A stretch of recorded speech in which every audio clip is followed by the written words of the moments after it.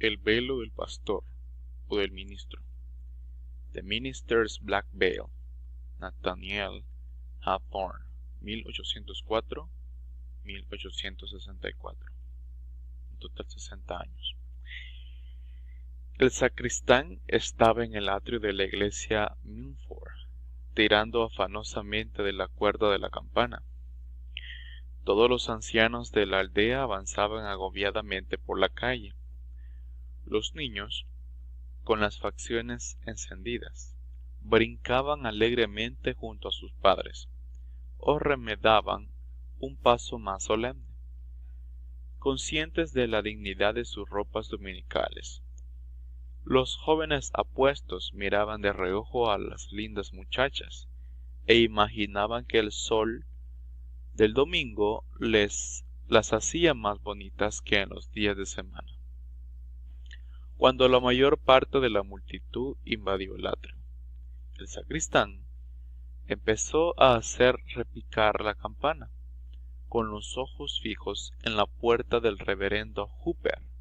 La primera vislumbre de la figura del pastor era la señal para que la campana interrumpiera su convocatoria. Pero, ¿qué tiene sobre la cara el buen párroco Hooper?, exclamó el sacristán atónito.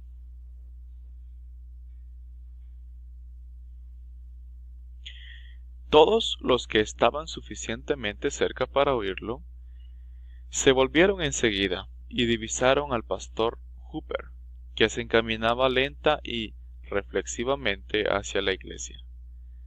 Se sobresaltaron unánimemente, demostrando más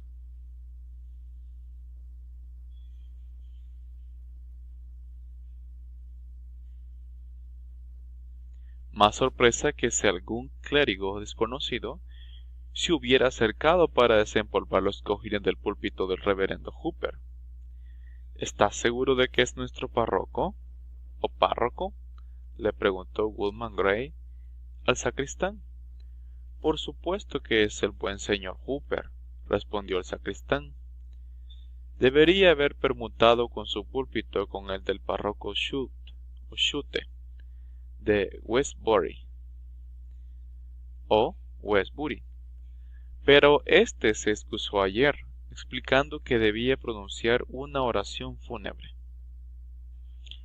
La causa de semejante asombro tal vez parezca bastante fútil.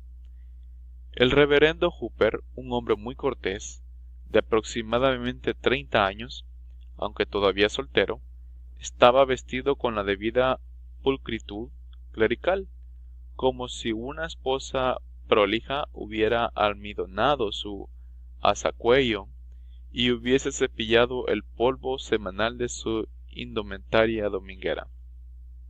Había un solo detalle en su aspecto que llamaba la atención. El reverendo Hooper lucía un velo negro, ceñido en torno de su frente y suspendido sobre su rostro, hasta tan abajo que su aliento lo hacía oscilar. Visto desde más cerca parecía consistir en un crespón doble que ocultaba totalmente sus facciones, excepto la boca y el mentón, aunque probablemente no interceptaba su vista como no fuera para impartir una tonalidad oscura a todas las cosas vivas e inanimadas. Con este tétrico velo ante su rostro, el buen señor Hooper marchaba con paso lento y sereno, un poco encorvado y mirando hacia el suelo, como acostumbraban a hacerlo los hombres absortos, pese a lo cual saludaba amablemente a aquellos feligreses que todavía se demoraban en la escalinata de la iglesia, pero éstos estaban tan perplejos que apenas devolvían el saludo. No puedo convencerme de que la cara que está detrás de ese crespón es verdaderamente la del buen señor Hooper, comentó el sacristán. Esto no me gusta, murmuró una anciana, mientras cojeaba en dirección de la iglesia. Se ha transformado en algo horrible, con solo ocultar su rostro. Nuestro párroco se ha vuelto loco, exclamó Goodman Gray, trasponiendo la puerta de la iglesia tras él. El rumor de un fenómeno inexplicable había precedido al señor Hooper al interior del templo, y había puesto sobre ascuas a toda la congregación. Fueron pocos los que pudieron controlarse y abstenerse de volver la mirada hacia la puerta. Muchos se pusieron de pie y se dieron vuelta francamente, mientras varios chiquillos trepaban sobre los asientos y volvían a bajar con un tremendo estrépito. Hubo un bullicio generalizado, susurros de vestidos femeninos y roces de pies masculinos contra el piso, todo lo cual difería radicalmente del callado sosiego que debe preceder la entrada del pastor de su rebaño. Ingresó en el templo con paso casi silencioso, inclinó ligeramente la cabeza en dirección a los bancos laterales e hizo una reverencia al pasar frente a su feligrés más anciano, que ocupaba asiento en el centro de la nave. Fue extraño observar con cuánta lentitud este hombre venerable tomó conciencia de que había algo singular en el aspecto de su pastor. No pareció compartir la perplejidad que imperaba hasta que el reverendo Hooper subió por la escalinata y se mostró en el púlpito, de cara a la congregación, aunque con el velo negro de por medio. En ningún momento se quitó el misterioso emblema. Cuando entonó el salmo, el velo se balanceó a merced de su rítmico aliento. Mientras se leía las escrituras, interpuso sus sombras entre él y la página santa, y mientras oraba, el velo permaneció pesadamente desplegado sobre su rostro vuelto hacia el cielo. ¿Pretendía ocultarlo del ser excelso al que él se dirigía? El efecto de ese simple crespón fue tan extraordinario que más de una mujer de nervios delicados se vio obligada a abandonar el templo. Sin embargo, es probable que la pálida congregación espantara al pastor casi tanto como su velo negro la espantaba a ella. El reverendo Hooper tenía fama de ser un buen predicador, pero no enérgico. Se empeñaba en guiar a sus fieles hacia las alturas mediante una influencia dulce y persuasiva, en lugar de acicatearlos mediante los truenos del verbo. El sermón que pronunció en esa oportunidad ostentó las mismas características de estilo y tono que eran comunes a toda su oratoria sagrada. Pero hubo algo, ya fuera en los sentimientos de la arenga en sí o en la imaginación de sus feligreses, que lo convirtió con mucho en la disertación más vigorosa que éstos habían escuchado de labios de su pastor. Estaba teñido, un poco más intensamente que de costumbre, por la tenue melancolía del carácter del reverendo Hooper. Su tema giraba en torno del pecado secreto y de sus pensamientos misteriosos que callamos a los seres más próximos y queridos, que ocultaríamos con gusto a nuestra propia conciencia, aun olvidándose de que el omnisciente puede descubrirlos. Sus palabras estaban impregnadas de una fuerza sutil.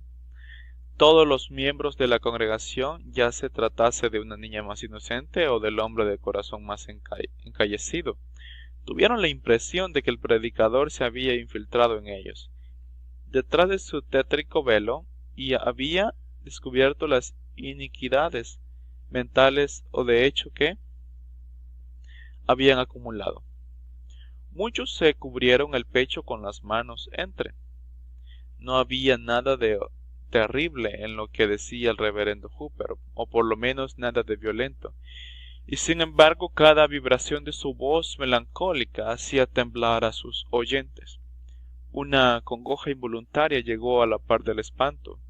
Tan sensible era el público a algún atributo oculto de su ministro, que todos deseaban que un hálito de viento descorriese el velo, casi convencidos de que verían el rostro de un desconocido. Sin embargo, la forma, gesto y voz eran los del reverendo Hooper. Al final de los servicios, la gente salió corriendo con confusión indecorosa, anhelante por manifestar su asombro, reprimido y consciente de que se le aligeraba el espíritu inmediatamente después de perder de vista el velo negro. Algunos se agruparon en pequeños corrillos compactamente apiñados, formando círculos dentro del que todas las bocas susurraban. Otros se encaminaron solos hacia sus casas, absortos en su silenciosa meditación.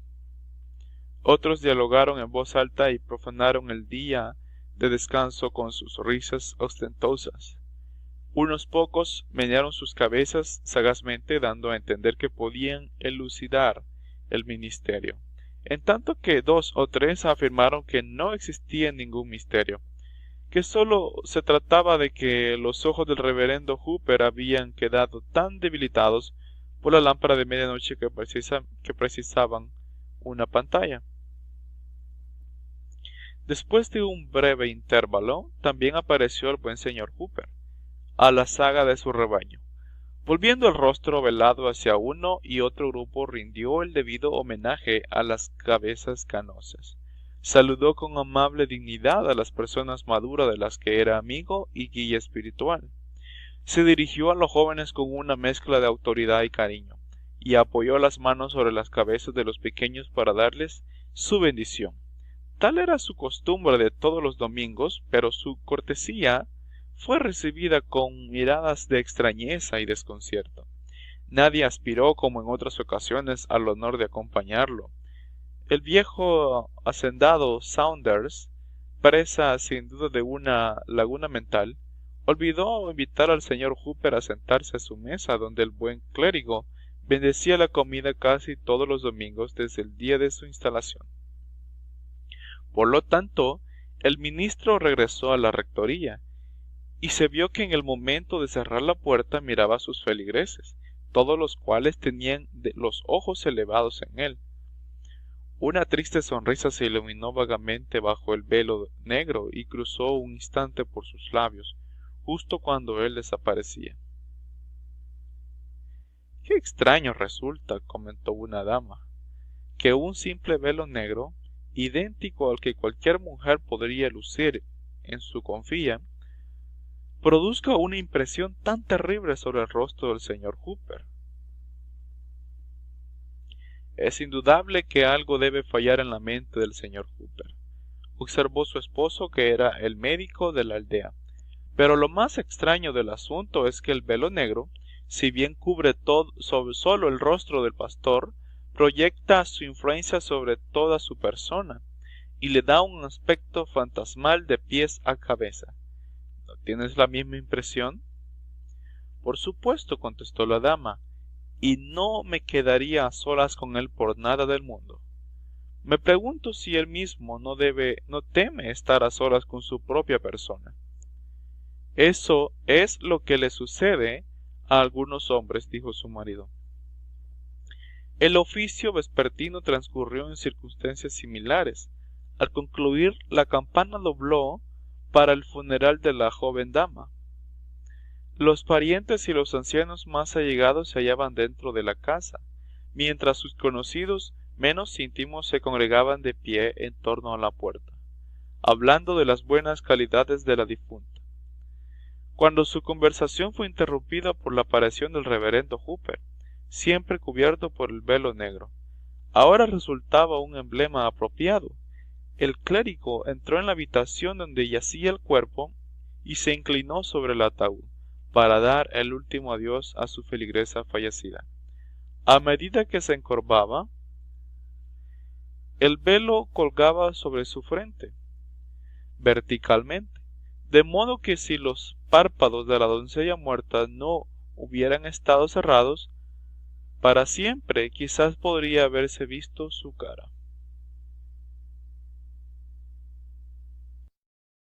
Pudo ser que el señor Hooper le temiera a su mirada, puesto que replegó presurosamente el velo negro. Una persona que presenció la entrevista entre la difunta y el ser viviente, no vaciló en afirmar que, en el momento en que las facciones del clérigo quedaron al descubierto, el cadáver se estremeció ligeramente, haciendo susurrar el sudario y la cofia de su muselina, aunque sus rasgos conservaron la postura de la muerta. Una anciana supersticiosa fue la única testigo de este prodigio. El señor Hooper dejó luego el ataúd para entrar en la cámara de los deudos, y por fin se encaminó hacia el rellano de la escalera para pronunciar el responso fúnebre. Esta fue una oración tierna y conmovedora, cargada de pena, pero al mismo tiempo tan imbuida de esperanzas celestiales que entre las más afligidas frases del clérigo pareció oírse tenuemente la música de un arpa divina, acariciada por los dedos de la difunta. Los asistentes temblaron, pese a que sólo habían deducido vagamente mientras él rezaba que ellos y él mismo y toda la raza mortal debían estar listos, como esperaba que lo hubiera estado esa joven doncella, para la trágica hora que les arrancaría el velo de la cara. Los portadores del féretro avanzaron pesadamente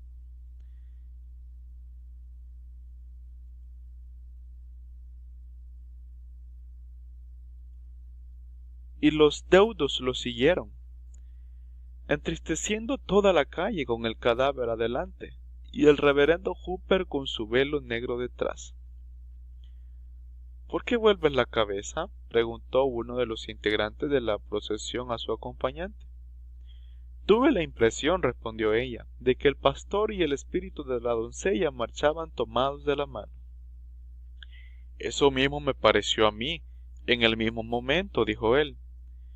Esa noche la pareja más hermosa de la aldea de Milford debía contraer enlace. Aunque pasaba por ser un hombre melancólico, el reverendo Hooper desplegaba en esas ocasiones una plácida alegría que a menudo inspiraba una sonrisa comprensiva entre quienes habrían censurado un alboroto más vivaz. No había otro rasgo de su personalidad que la hiciera más acreedora a la estima general. Los asistentes a la boda esperaban con impaciencia su arribo, confiando en que entonces se disiparía la extraña congoja que se había acumulado de su alrededor durante toda la jornada. Pero el resultado no fue ese. Cuando llegó el reverendo Hooper, lo primero que divisó la concurrencia fue el mismo horrible velo negro que había contribuido al recargar la atmósfera de pesadumbre durante el funeral y que no podía augurar sino desdicha en la boda.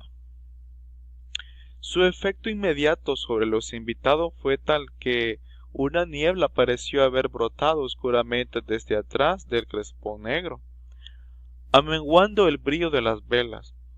La pareja de novios se detuvo frente al ministro, pero los dedos fríos de la novia temblaban dentro de la mano trémula del novio, y la palidez cadavérica de la joven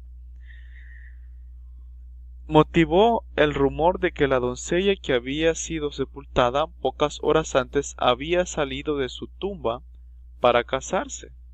Si hubo otra boda más lúgubre solo pudo ser aquella famosa en que la campana dobló a muerto.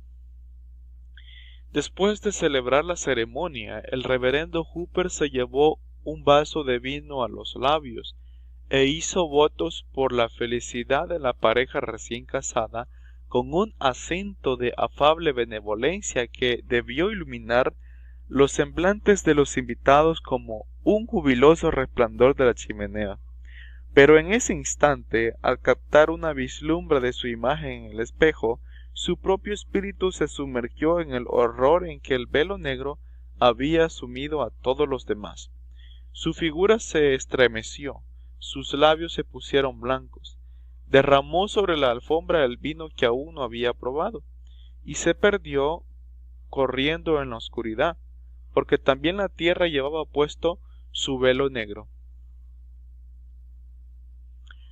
Al día siguiente, el velo negro del pastor Hooper era prácticamente el único tema de conversación de toda la aldea de Milford. Dicho crespón y el misterio que ocultaba fueron un tema de discusión para los amigos que se encontraban en la calle y para las buenas mujeres que chismeaban desde sus ventanas abiertas. Era la primera noticia que el tabernero transmitió a sus parroquianos. Los niños parloteaban al respecto mientras marchaban rumbo a la escuela. Un bribonzuelo dotado de espíritu de imitación se cubrió la cara con un viejo pañuelo negro y al hacerlo asustó tanto a sus compañeros de juego que el pánico al fin se apoderó de él también y estuvo a punto de quedar anonadado por su propia chanza. Resultó notable que ninguno de los entremetidos e impertinentes de la parroquia se atreviera a preguntar claramente al reverendo Hooper en persona por qué se había colocado esa máscara. ¿Por qué se había colocado esa máscara? Hasta entonces, cada vez que se presentaba el pretexto más insignificante para una intromisión de ese género, nunca le habían faltado asesores, ni se había mostrado renuente a dejarse guiar por sus consejeros. Si se equivocaba era a causa de una inseguridad personal tan penosa que incluso la crítica más benigna lo inducía a interpretar un acto inocente como un crimen. Sin embargo, pese a todos los que le conocían esta amable debilidad, ninguno de sus feligreses se atrevió a tomar el velo negro como tema de un cordial reproche. Prevalecía una sensación de miedo, que ni se confesaba abiertamente en público ni se ocultaba con precaución, lo que hacía que cada uno le indilgase la responsabilidad a otro, hasta que por último se optó por enviar una delegación a la iglesia para que discutiera el misterio con el reverendo Hooper antes de que aquel se transformara en escándalo. Jamás una embajada fue más inepta en el desempeño de sus funciones. El pastor recibió a los visitantes con gentil cortesía, pero después que ellos se sentaron, permaneció en silencio, dejándoles toda responsabilidad de exponer los importantes asuntos que los había llevado allí. El tema lógicamente era bastante obvio. Ahí estaba el velo negro ceñido en la frente del reverendo Hooper y ocultando todos sus rasgos situados por encima de su boca plácida, en la cual a veces percibían el fulgor de una sonrisa melancólica, pero para su imaginación el velo parecía colgar sobre su corazón, como el símbolo de un espantoso secreto que se interponía entre ellos y el reverendo. Si el crespón no hubiera estado allí, habrían podido referirse francamente a él, pero no antes que se descorriera. Así permanecieron bastante tiempo sentados, mudos, confundidos, mientras esquivaban nerviosamente los ojos del reverendo Hooper, que sentían fijos sobre ellos con una mirada invisible. Por fin los delegados volvieron abochornados a reunirse con sus mandantes y declararon que el problema era tan complejo que sólo podría encararlo un consejo de iglesias. Si no, era necesario convocar en verdad un sínodo general. Pero en la aldea había una persona que no compartía el terror que el velo negro había sembrado en torno de sí. Cuando los delegados regresaron sin suministrar ninguna explicación, que ni siquiera se habían atrevido a solicitar, ella, con la serena energía de su carácter, decidió disipar esa extraña nube que parecía estar condensándose alrededor del reverendo Hooper, y que oscurecía a los ojos vistas. Puesto que era su prometida, le correspondía el privilegio de saber lo que ocultaba el velo. Por lo tanto, a la primera visita del pastor, lo interpeló con una extrema sencillez, lo que facilitó las cosas para ambos. Una vez que él se hubo sentado, ella clavó los ojos fijamente en el velo, pero no pudo descubrir la pavorosa lobreguez que tanto había espantado a la multitud. No era más que un crespón doblado en dos que colgaba desde la frente hasta la boca y que se agitaba ligeramente cuando él respiraba. No, dijo ella en voz alta, sonriendo, no hay nada de tétrico con ese crespón, como no sea que oculta un rostro que siempre me complace ver. Vamos, buen señor, ahuyenta la nube y que brille el sol, que tras ella se oculta. Primero descorre el velo y luego dime por qué te lo has colocado. La sonrisa del reverendo Hooper se iluminó tenuemente. Llegará la hora, respondió, en que todos nos despojaremos de nuestros velos. No te ofendas, querida amiga, si luzco este crespón hasta entonces. Tus palabras también son un enigma, dijo la joven, pero por lo menos quítales el velo a ellas. Lo haré, Elizabeth, dijo él, en la medida en que lo permita mi voto. Entérate, pues, de que el velo es un ejemplo y un símbolo, que debo llevarlo siempre, tanto en la luz como en las tinieblas, cuando estoy solo como cuando me encuentro frente a las multitudes, y tanto entre extraños como entre mis amigos íntimos. Ningún ojo mortal me verá sin él. Esta triste pantalla deberá separarme del mundo, y ni siquiera tú, Elizabeth, podrás trasponerla jamás. ¿Qué trágica dolencia te ha atacado? ¿Para qué debes oscurecer así tus ojos eternamente?, preguntó ella con voz ansiosa. Si se trata de una señal del duelo, respondió el reverendo Hooper, es posible que yo tenga, como la mayoría de los demás mortales, penas lo bastante oscuras como para que pueda simbolizarlas un velo negro. Pero, ¿qué sucedería si el mundo no creyera que es el emblema de una pena inocente? Lo acicateó Elizabeth. Aunque la gente te ama y te respeta, puede que alguien murmure que ocultas tu rostro agobiado por el remordimiento de un pecado secreto. En aras de tu santo misterio, evita ese escándalo. El color arrebosó sus mejillas cuando insinuó la naturaleza de los rumores que ya circulaban por la aldea, pero el reverendo Hooper no perdió su serenidad. Incluso volvió a sonreír, con esa misma sonrisa melancólica que parecía como un tenue destello de luz desde la oscuridad oculta por su velo. Si cubriera mi rostro por pena, habría razón suficiente para ello, se limitó a contestar, y si lo hiciera por un pecado secreto, ¿qué mortal no debería hacer lo mismo?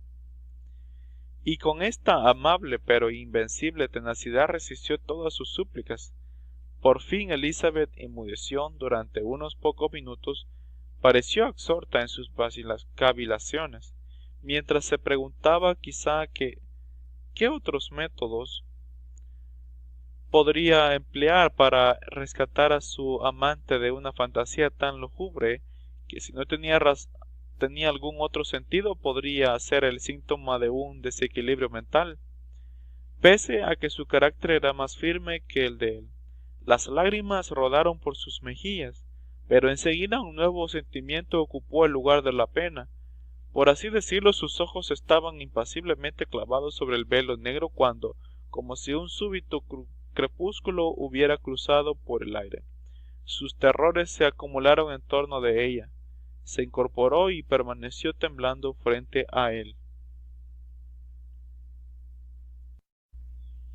¿Lo sientes tú también por fin?, preguntó el reverendo con tono lúgubre. Elizabeth respondió, pero se cubrió los ojos con la mano y se volvió para abandonar la habitación. Él corrió y la tomó por el brazo. «Ten paciencia conmigo, Elizabeth», exclamó con vehemencia.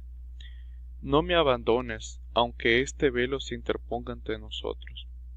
Aquí sobre la tierra, sé mía, y en el futuro no habrá ningún pelo sobre mi rostro, ninguna sombra entre nuestras almas. No es más que un velo mortal, no para toda la eternidad. Oh, no sabes cuán solo me siento, y cuán asustado de hallarme solo detrás de mi velo negro. No me dejes para siempre en esta desdicha oscuridad.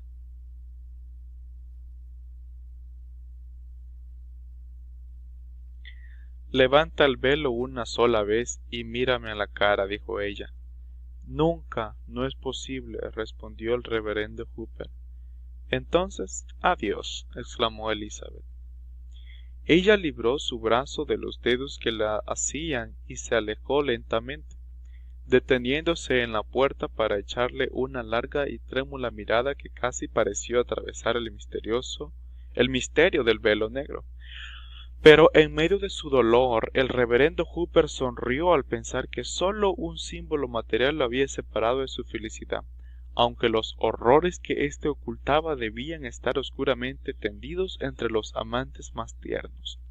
Desde entonces no se hicieron intentos para descorrer el velo negro del pastor Hooper, ni para elucidar mediante una consulta directa el secreto que presuntamente ocultaba. Las personas que pretendían ser inmunes a los prejuicios populares lo consideraron simplemente un capricho excéntrico, como los que tan a menudo se mezclan con los actos cuerdos de individuos por lo demás racionales, cubriéndolos con su propia imagen de demencia. Pero para la multitud el buen reverendo Hooper era objeto de horror. No podía pasear tranquilamente por la calle, porque tenía plena conciencia de que los mansos y los tímidos se hacían a un lado para evitarlo, mientras otros se esforzaban por cruzarse en su camino. La impertinencia de estos últimos lo obligó a renunciar a su habitual caminata del atardecer hasta el cementerio, pues cuando se apoyaba pensativamente contra la verja siempre asomaban caras desde atrás de las lápidas para espiar su velo negro. Circulaba la fábula de que las miradas de los muertos era lo que lo guiaba hasta allí, lo afligía hasta el fondo mismo de su benévolo corazón, el ver cómo los niños huían ante su sola presencia, interrumpiendo sus juegos más alegres cuando su melancólica imagen apenas se asomaba a lo lejos. Su temor instintivo era la prueba más patente de que un horror sobrenatural estaba entretejido con las fibras del crespón negro. En verdad era sabido que sentía una antipatía tan honda por el velo que nunca pasaba voluntariamente frente a un espejo, ni se inclinaba para beber en un estanque calmo, para no asustarse de sí mismo al ver su figura reflejada en la superficie apacible. Esto era lo que hacía verosímiles a los rumores de que la conciencia del reverendo Hooper se sentía atormentada por un crimen demasiado espantoso, como para ser totalmente oculto o insinuado de una forma menos vaga que aquella.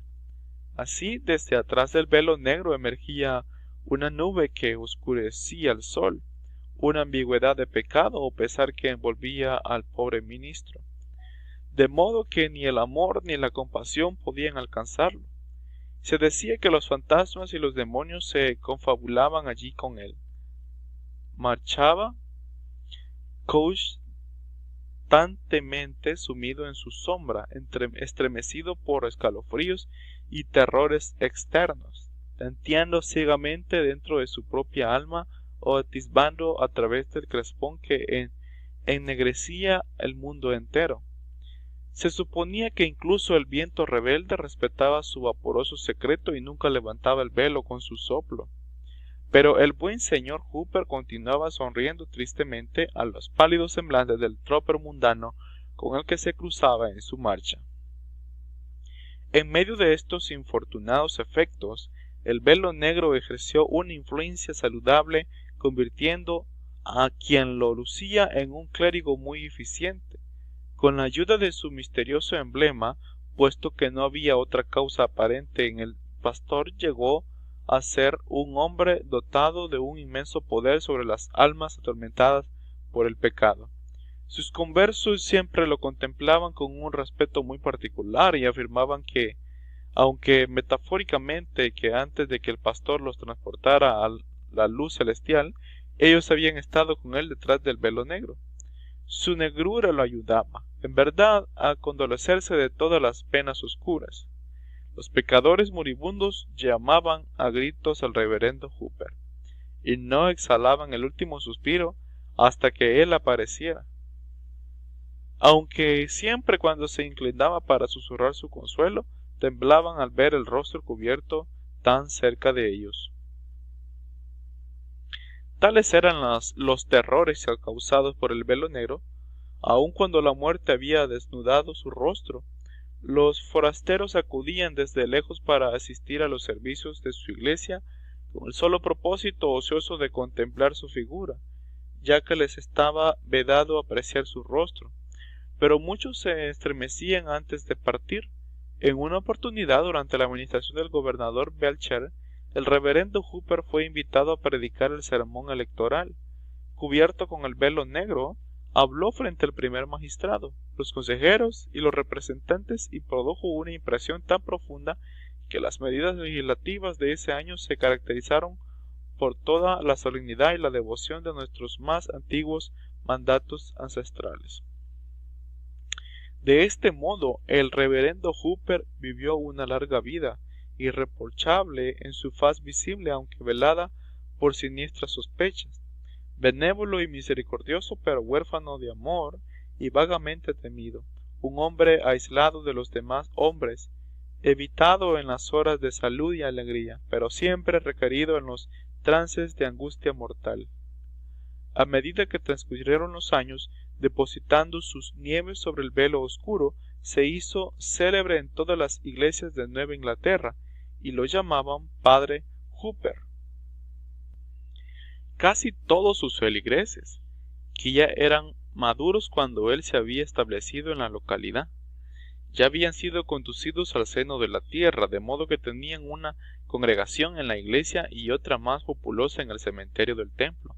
Y puesto que había trabajado hasta una hora tan avanzada y había ejecutado su faena con tanto esmero, por fin le llegó al buen padre Hooper el turno de descansar.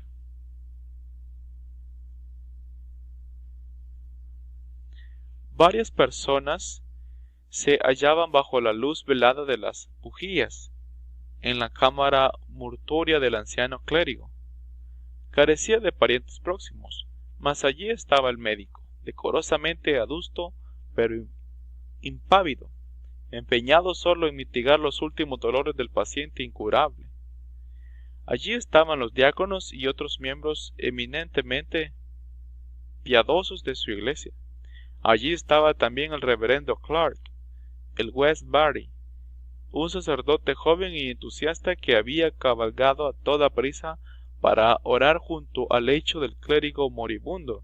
Allí estaba la enfermera, que no era una colaboradora venal de la muerte, sino una persona cuyo sereno afecto había perdurado durante mucho tiempo en secreto, solitariamente, en medio del frío de los años, y no estaba dispuesto a extinguirse ni siquiera a esa hora fatal. ¿Quién, sino Elizabeth?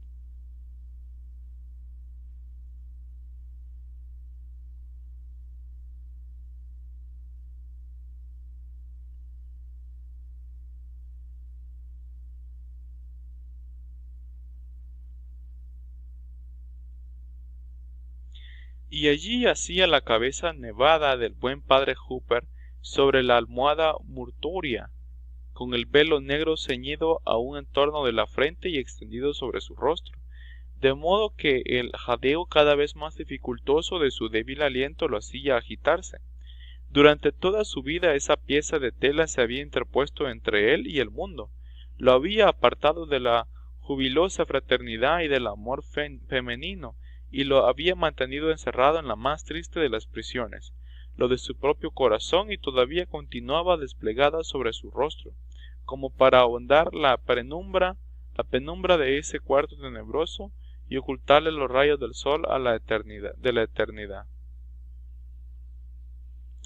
Durante un tiempo su mente se había mostrado confundida, oscilando inciertamente entre el pasado y el presente, adelantándose a ratos, valga la expresión, hacia las sombras del mundo por venir.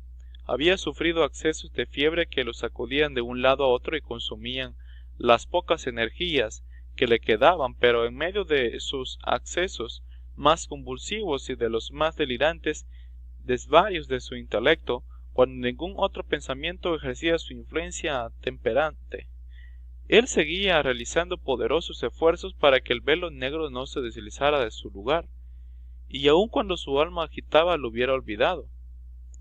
Junto a la cabecera de su lecho montaba guardia una mujer fiel, que con los ojos puestos en otra dirección habría cubierto ese rostro envejecido, ese rostro que cuando ella lo había visto por última vez ostentaba todavía de donosura de la masculinidad.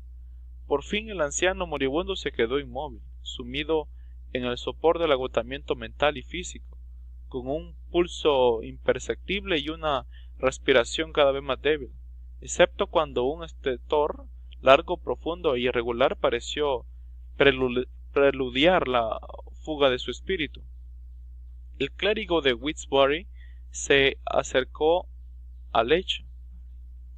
Venerable padre Hooper, dijo, el momento de su liberación se halla próximo. ¿Está listo para alzar el velo que separa el tiempo de la eternidad? Al principio el padre Hooper se limitó a responder con un ligero movimiento de cabeza, pero luego, temiendo quizá que lo interpretaran mal, hizo un esfuerzo para hablar. Sí, dijo con voz apagada, mi alma sufrirá una paciente fatiga hasta que se levante ese velo.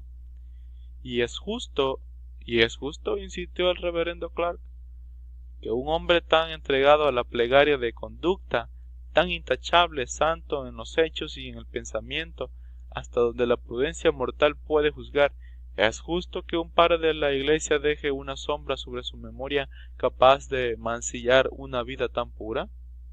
Os ruego, venerable hermano, que no permitáis tal cosa. Dejad que nos regocijemos con vuestro triunfante aspecto, ahora que vais en busca de vuestra recompensa. Antes de que se levante el velo de la eternidad, permíteme descorrer este negro velo que cubre vuestro rostro. Y mientras pronunciaba estas palabras, el reverendo Clark se inclinó hacia adelante para develar el misterio de tantos años, mas con un despliegue de súbita energía que dejó atónitos a todos los espectadores, el padre Hooper sacó ambas manos de debajo de las frazadas y apretó con fuerza el velo negro sobre su cara, dispuesto a resistir si el párroco de Westbury se atrevía a lidiar con un moribundo. Nunca, gritó el clérigo enmascarado, sobre la tierra jamás, viejo inescrutable, exclamó el asustado párroco, ¿con qué horrible crimen sobre el alma vais a ser juzgado?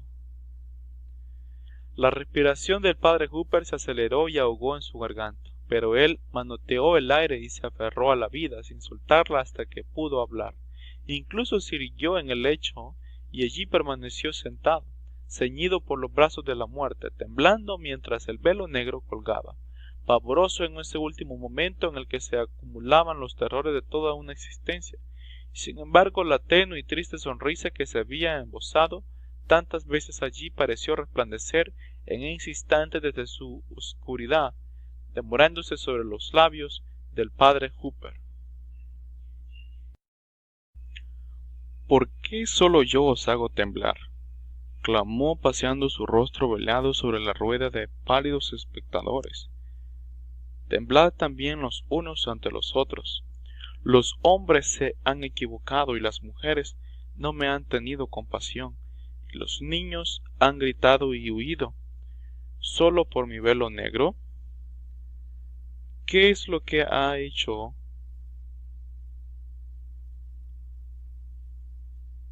que este crespón fuera tan atroz, sino el misterio que oscuramente simboliza? Cuando el amigo le muestra al amigo lo más escondido de su corazón, cuando el enamorado muestre el suyo a su más amada, cuando el hombre no se oculte en vano de la mirada de su Creador, atesorando abyectamente el secreto de sus pecados, consideradme entonces un monstruo, por el emblema detrás del cual he vivido y en el cual muero. Yo miro en torno de mí y ay, sobre cada rostro veo un velo negro. Mientras sus escuchas se apartaban los unos de los otros, con recíproco espanto el padre Hooper volvió a caer sobre su almohada, convertido en un cadáver velado sobre cuyos labios aún perduraba una débil sonrisa. Sin quitarle el velo lo depositaron en su ataúd, y con el velo transportaron su cadáver a la tumba. La hierba de muchos años ha crecido y se ha secado sobre esa sepultura.